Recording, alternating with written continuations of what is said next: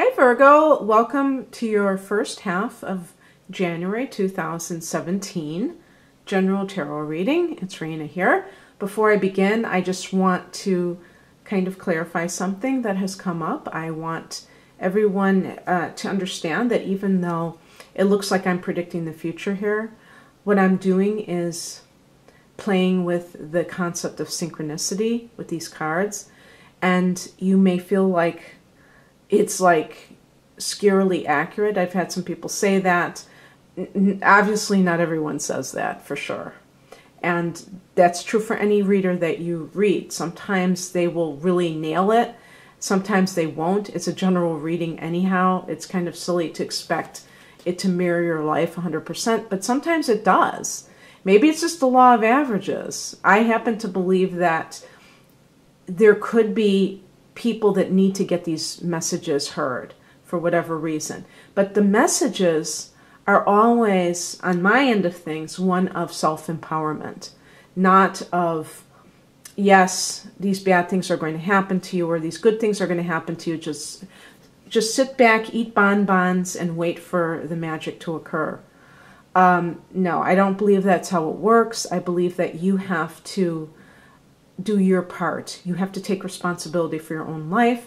You have to, and want to do it, and not want to feel like you're, doomed, or that you are, some kind of a diva that, can just sit back and you don't have to put in any effort. Neither one of those things I ever want to convey to people. So that being said, if you see any patterns that with these cards that mirror your life, that's awesome, because that means that you can kind of reflect on them.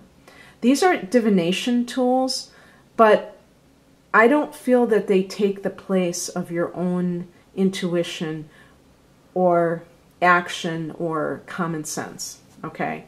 And so that's how I deal with things in private readings, but I'm saying it in these general readings as well, because I never want to give the wrong impression.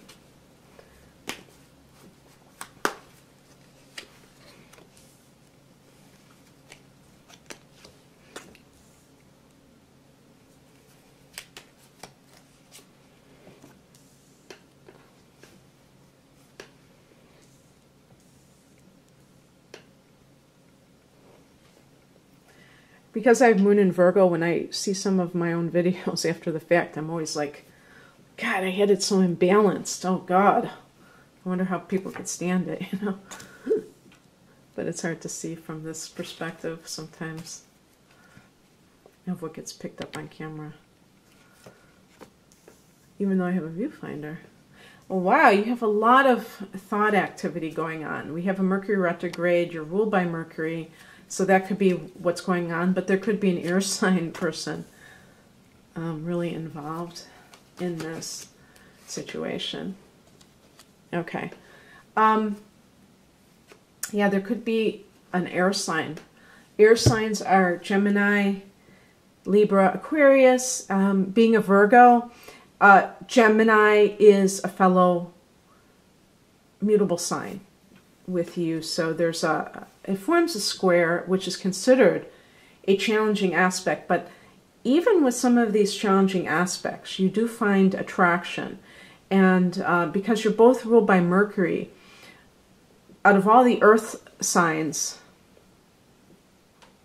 of all the air signs, you would probably resonate with Gemini the most. But, of course, you have Libra right next to you, so sometimes the adjacent signs get together, too.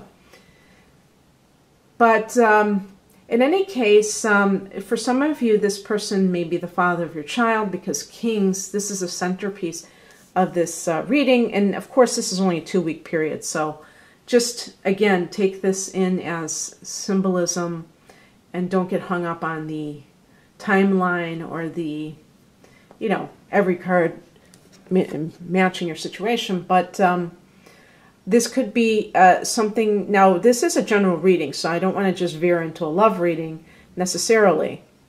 And actually, kings could be bosses, superiors to you in your work. That is really featuring in. Now, you may have had, if this is a workplace incident, somebody may have stolen your ideas. If you're in advertising, I'm trying to think of something where you would need ideas.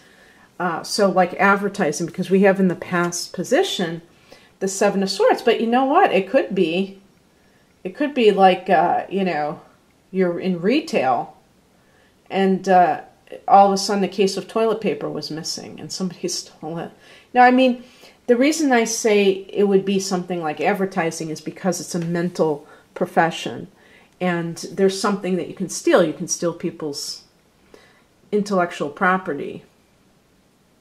I guess it could be something like, you know, with music. I tend to think of more of the professions involving ideas. So anything, you know, maybe if you're a writer, but who writes?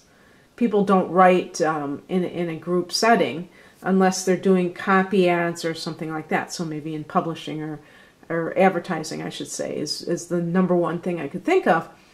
But if this is a personal relationship, you may have discovered that your partner was cheating. And this is obviously not something that people like to find out. And this may have led you to become like the King of Swords. So that could be symbolic of your mindset that you have adopted. Maybe in the past you allowed your emotions to get the best of you and to kind of keep you in a place that you don't want to be. Virgo is an earth sign, but Virgos tend to be very, I don't want to say emotional, but high-strung, okay? Tend to be very, you know, and I'm speaking for myself too, having a moon in Virgo, you know, tend to be high-strung, tend to, you know, anxious, and because of this, and also a little bit maybe not sure of yourself. So even though it may not be emotional in terms of like heavy duty, you know, emoting, it could still mean that you feel kind of like if your world is kind of thrown upside down and you can't think straight. And the King of Swords is about getting yourself together mentally in a really good way. So that could be you kind of coming back from that blow to your, you know, it could be pride, but also just that sense of like, wow, you know, I didn't even know this was happening. The good thing is that there is something new that's on the horizon. So whether this was in a business, in a workplace, or if it was in a relationship, the Ace of Wands is like an enthusiastic start to something. It could very well be like home, like your own business, because sometimes it points to entrepreneurship. And so you may have really kind of gotten disgusted with what was happening if it was a workplace situation. And you said, you know, enough is enough. And the higher message that may kind of bear that out is the Three of Swords. It's like really, and this is like spiritual advice, really kind of seeing it for what it is. Now, I think as spiritual advice, it's actually saying to cut it off very quickly. Cut this person off. Obviously, I'm not telling you what to do. It only would be appropriate if it really resonates with your personal situation. But sometimes that's one possible interpretation of the Three of Swords, is that you have something that is hanging on way too long and it's just causing more and more problems, and you need to just like cut it off, let it go. And this will kind of make you feel a lot more like free from the situation. Because maybe it's like dying a slow death. The person that you are with may become maybe a fire sign. Might be an Aries or a Leo or Sagittarius. Again, with Sagittarius, you're looking at mutable signs forming a square. So there could be something along those lines. But whoever it is will make you feel like you're alive again. You might have, who knows, maybe you've had issues with this person from the past anyhow. And so even though it happened and it might have been upsetting, it still wasn't necessarily the most surprising, shocking thing in the world. We are in a Mercury retrograde. You are ruled by Mercury. You may be more affected by Mercury retrogrades than the average person. I've heard both scenarios. So some people say that Virgos and Geminis are less affected because that's their ruler and they know that it's very changeable. You know, the word mercurial means changeable. So people who are, well, mutable signs in general, but specifically those ruled by Mercury tend to be much more able to, you know, flexible and shifting. Although I don't think Virgo gets accused of that as much as Gemini. Gemini definitely gets accused of changing. And, you know, if you were involved with a Gemini, you may have felt like they changed. And you thought, wait a second, you know, what happened here? Maybe it was kind of even confusing to you that maybe they presented another side to you than the one that you ended up with. What crosses you is the Two of Swords. Again, the swords, again, possibly that's, you know, individual. Either, you know, maybe they're promising you that they're going to change and you don't believe it, but you still care for them. It could also be, too, that they're creating problems in your life or that you can't make a decision. That you refuse to move on and make a decision. And yes, if you don't make a decision, your decision will be made for you in some way. So it's up to you if you want to go that route. But just know that if you don't make the decision, you know, you could very well see it happen, either by the other person or by life itself. And this is kind of what I was talking about when I talked about inspired action, because, and also about logic, because sometimes we want to, like, you know, kind of run away with the fantasy of the soulmate and the twin flames and, oh, you know, twin flames, it's supposed to be a very, a relationship full of turmoil, so this must be normal, and I don't want to, you know, break up with my twin flame and stuff like that. And I've been seeing that a lot online. Twin flame really is a big keyword, okay? But the thing about it is that I guess maybe I'm just, you know, I have a lot of earth in my chart, so I'm very practical in that sense, where it's like either something is working or it's not, okay? You're my twin flame, that's nice. But can I live with you on a day-to-day basis? Can I trust you? Am I always having constant anxiety about you when I think about you? That's a big one. If you're with somebody and you're constantly, you know, I think of the Nine of Swords, staying up late at night, you know, agonizing, thinking, what is that person doing? You know, they said they were going out with their friends. Are they really going out with their friends? You know, that kind of thing. Who needs that? You would be better off alone. That's just my opinion, but I can't imagine that anyone would put themselves through that. The advice is the Death card. So it is about, it's not so much even like, now I had said about cutting something off. Yes, you can definitely look at this card as endings. Sometimes it's saying accept the inevitable. So maybe there's a situation that it was running its own, why can't I think of these like cliches today? It's already had run its course, the relationship. And so you were already going to be, you know, kaput eventually. You know, so, but maybe you were resisting in some way. That's the other kind of quirk that, you know, people have sometimes, where they're really not interested in the relationship, but as soon as the other person cheats, all of a sudden that person becomes desirable because, you know, their ego gets engaged and they have to prove themselves, I guess.